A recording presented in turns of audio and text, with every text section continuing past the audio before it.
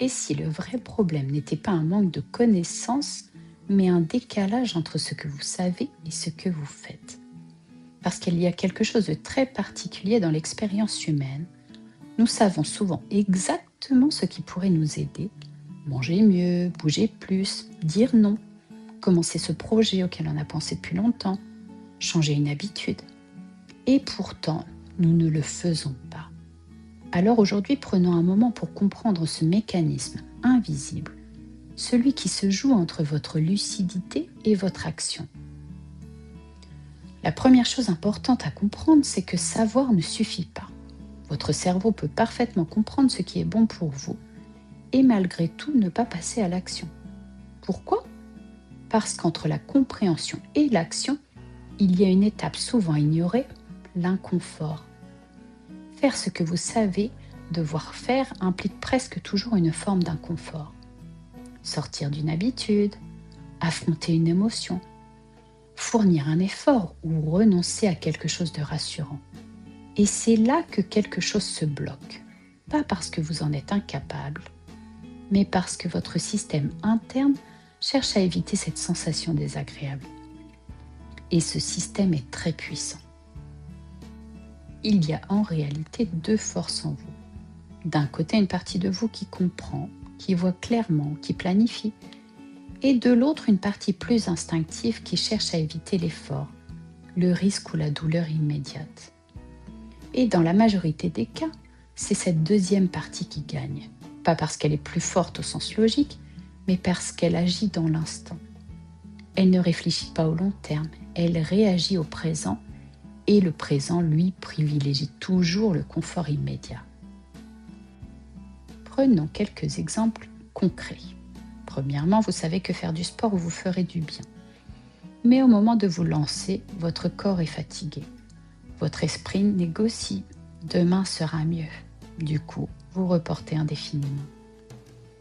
Deuxièmement, vous savez qu'il faudrait avancer sur un projet important. Mais vous vous retrouvez à faire autre chose, quelque chose de plus facile, de plus léger. Ou alors, vous savez qu'une conversation doit avoir lieu, mais vous attendez le bon moment qui repousse encore et encore. Et dans tous ces cas, le problème n'est pas le manque de clarté, vous le savez déjà tout ça. Le problème, c'est le passage à l'action. Mais pourquoi ce passage à l'action bloque-t-il vraiment ? Il y a une idée essentielle à intégrer ici. Le cerveau ne cherche pas à vous rendre efficace, il cherche tout simplement à vous protéger.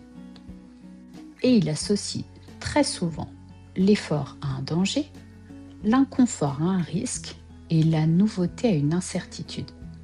Même si rationnellement vous savez que ça n'est pas dangereux, votre système interne, lui, réagit autrement.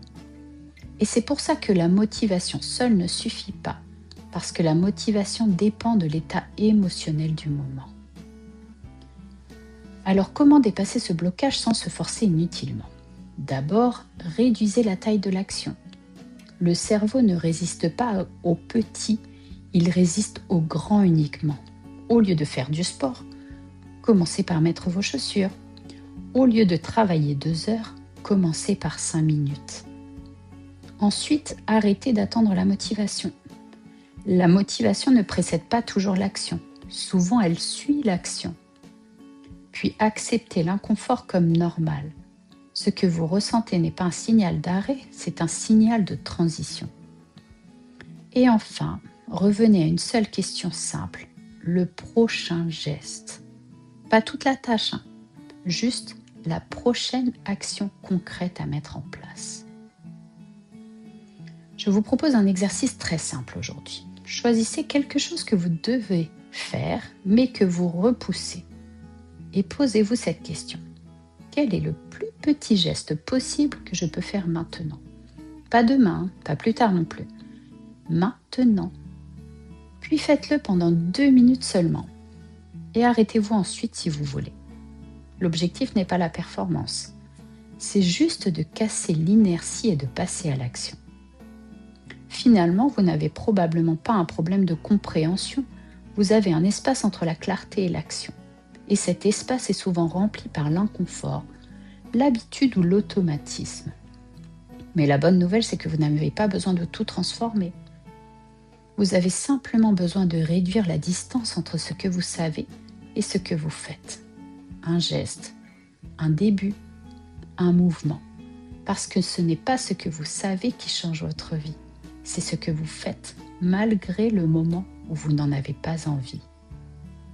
Alors aujourd'hui, ne cherchez pas à être parfait, cherchez simplement à commencer. Merci d'avoir écouté cet épisode. Pensez à le partager à des personnes qui pourraient être intéressées et à ajouter un pouce bleu pour m'encourager. À très bientôt pour un nouvel épisode. D'ici là, pas à pas, laissez-vous inspirer par le changement.